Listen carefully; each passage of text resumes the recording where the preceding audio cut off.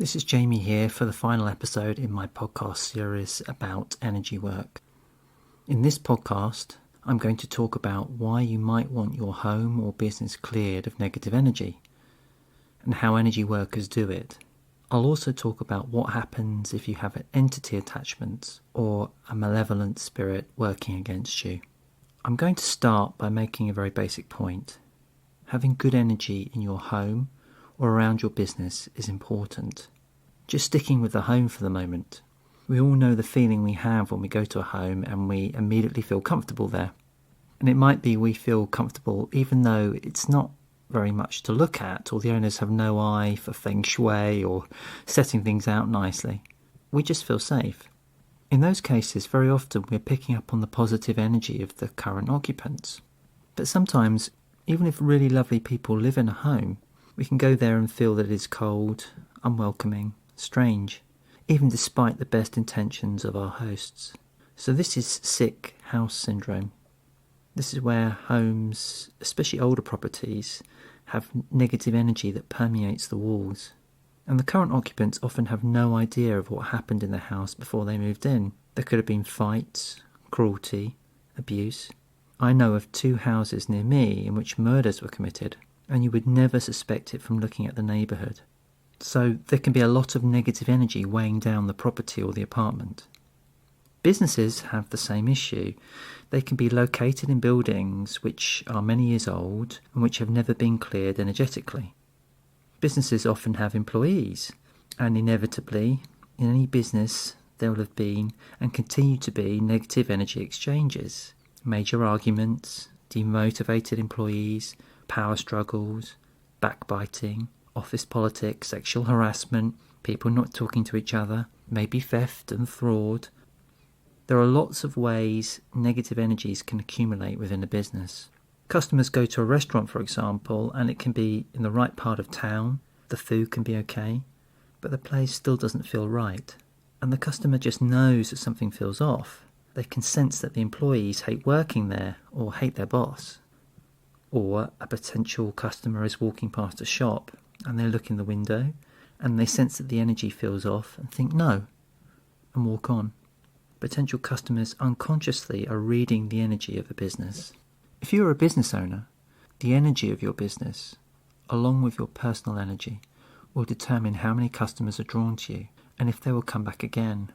Ideally, what you want is a money magnetic business, where customers feel that what you are offering is an energetically positive and ethical business environment, where they will be treated with respect.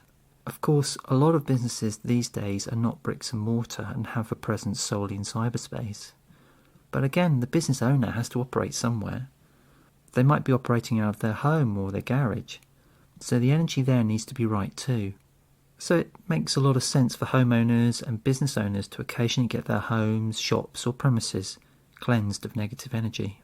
So how does an energy clearing in a home or business work? Well, the energy clearer can do it in 2 ways, in person or remotely, and both work. In person, the energy clearer will visit the home or the business. We will ask to be shown around the home or the business by the owner. We're not looking at the contents of the home or the business itself. We are only interested in sensing if there are places where there is negative energy. Is there negative energy in the walls? Is it in one particular room? If it is me doing it, I might say to the owner, I'm picking up negative energy in this room.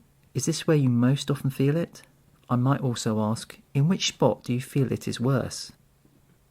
Once the energy clearer has toured the home or business property and established where the most negative energy is, we start at the highest floor and move from room to room clearing it. To clear, we don't use our own energy, we call in source energy. When I use this energy, I visualise a giant hose pipe sitting over my right shoulder, which I point in front of me, and I just blast every room with energy. When the energy clearer is doing the clearing, we are visualising driving the negative energy out of the home or business and into the earth outside. If the client is in an apartment, we push the energy out through the windows and down the sides of the building. The negative energy is never allowed to go into an apartment or flat below. A clearing can also be done remotely.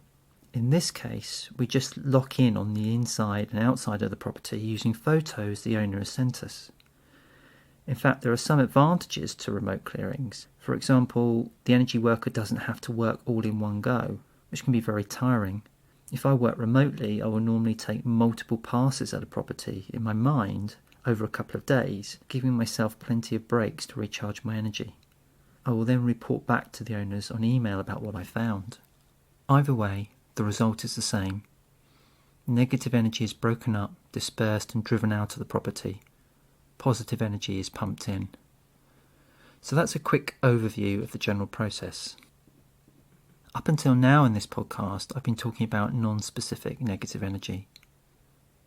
But sometimes energy clearers end up dealing with energy in buildings and around people that has a consciousness.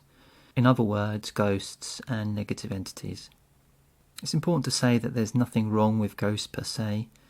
It's when they have a negative or criminal energy about them and they attack individuals, families and businesses that they need to be dealt with. And in a very small percentage of cases, there are also malevolent entities that have attached themselves to a client, leeching on their consciousness. These clients are normally undergoing emotional trauma and are in a vulnerable state where it's easy for the energy field to be invaded. Once the entity has attached itself, the client finds their negative emotions, their suffering, depression and anger being amplified because negative entities feed off these emotions. So these paranormal phenomena, while comparatively rare, are nonetheless still real, and they can cause real misery. If an energy worker is called in to deal with a ghost with a criminal energy or a negative entity, we will drive them out of the home or property. We cannot kill these entities. They're operating on a different frequency, but we can make it so uncomfortable for them to stay that they will decide to move on. Once the negative energy has been driven out, it will not return. The exception to this rule is if the client consciously or unconsciously invites that negative energy back in. They can do that by not psychically protecting themselves, not continuing to work on themselves spiritually, or by engaging in black magic. To drive a ghost or entity out of a client's home or out of their life, I just go on the attack and visualize myself slicing the ghost or entity with an energy sword, breaking up and dissipating their energy body. I'll then blast them with source energy, and once they've been moved on, I will blast every room in the client's home with source energy. I want to make it unbearable for negative energy to be anywhere near my client. One final point on this topic. We can't clear other people unless they want to be cleared. They need to realise that they aren't happy, that they're suffering, and that they want to raise their positive energy. We can't violate their free will, and without their wish to engage with us, the process won't work anyway. There's a lot more I could say on these topics, but I want to keep this podcast short, so that will do for now. So there you have it. We've come to the end of the series. I hope you've found it enjoyable and informative. So if you'd like to know more about energy clearing, please contact me at jamie@jamiercarroll.com and I'd be happy to speak to you about it in more detail.